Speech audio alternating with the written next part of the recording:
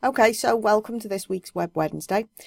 At the end of the email marketing topic, and I want to talk, because I've talked in previous weeks about MailChimp. I've talked about how GDPR will affect us, how we need to know how people got on our mailing list. But this is Learn Along with Lynn. I'm developing the website of Learn Along with Lynn. I'm trying to launch it on the 21st of March. So this is something I have to do. So I'm in this decision process at the moment, and it is about how can I get people on my mailing list. So learn along with me, and as I make my decisions and practice and try things, they might work for you. We might do something different, but learn along with me because that's the opportunity. So in order to get people on my mailing list, I want to offer them something of value. Something of value is called a lead magnet. I won't call it freebie because it has to be free. Remember, under GDPR, if we're offering something, we can't offer it in exchange for the email address. We can say, here's this, XYZ. I do this all the time. I offer great value. I offer great services. I offer discounts. Would you like to know more? If so, join my mailing list. But we have to get them to that place in the first place. Yeah, so we have to get them to that point in the first instance. So this is MindMup, and basically it's a mind mapping software. And I do tend to, whether I do it by hand or do it on the PC, I do tend to map out things because I'm a visual person. So I'll write things down and things will scroll off, and this is how it works. So this is my decision tree. Okay, what should my lead magnet be? I always start with the end in mind, and the end of this is what's the goal of my mailing list. So I want people on my mailing list, one, because they've actually already found my website in the first place. So we have a relationship or we have a connection, and I want to build on this. I want to stay at the top of their mind. I want to send them a newsletter I'll probably do it monthly to be honest, but I want to send them a newsletter every month that says, hey, I've got this great information. I've just published this great post. I'm really good at what I do. Would you like to go on one of my courses? Would you like to join our group? So I want to stay top of their mind and remind them to buy. Your goal might be something similar. Your goal might be, I want to make sure they think of me when they need Valentine's Day flowers, Mother's Day gifts, whatever the product is. When they're getting married, I want them to think of me. So I want to stay top of their mind. I'm a serviced industry.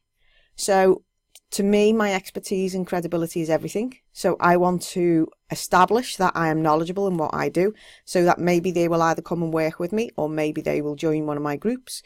But I want them to know, well, yeah, Lynn will probably know that. So I'll follow this person, or I'll get that information from this person. So I'm using the newsletter to establish credibility. You might use the newsletter as an advertisement.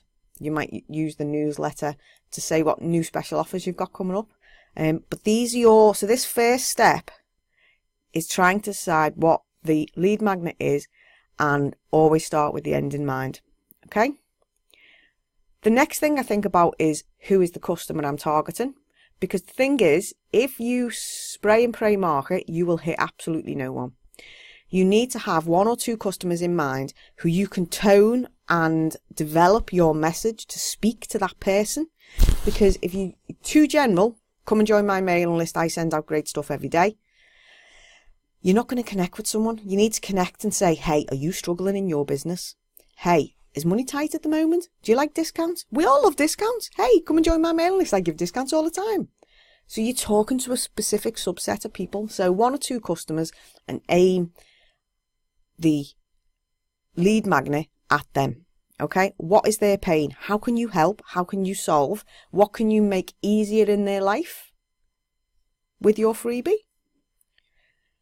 The next thing you have to decide when deciding what your freebie is what it's going to cost you. If you write something like a 10-page ebook or instruction, it still costs you time, but it's not going to cost you money if you don't have to post it. It's not going to cost you money if it's just downloadable from somewhere. If it's something like free delivery and they order an elephant, I'm not saying you sell elephants, but if you do, can you imagine free delivery on the cost of an elephant? That would be expensive. So you need to think if it's going to cost you anything, can you afford to offer it? But you also need to make sure that it's valuable to them. Because if it isn't valuable to them, they're not going to give you the email address. So you do need to decide what it is. Yeah. So for me, it's free. It's free to me because I'm going to do something that just takes up some of my time. But it's also going to be valuable to my ideal customer because it will help them settle on a few things. For launch, I've decided my freebie will be website audits. So very basic website audits, looking at your site and saying, hey, you've missed this, you've missed that, missed the other. I'm not insulting you, but if you do this, this and this, it will make people easier to do this, this and this. If I give an example, I've just read a blog post and at the end they didn't put share buttons. And to be honest, I know people who'd like that information, so I would have liked to have shared it, but they didn't make it easy for me to do. So something like that in a website order for me, pointing that out could make a big difference to them, and it takes me minutes to spot because it's something I'm aware of all the time. So for me, I've decided what my freebie is.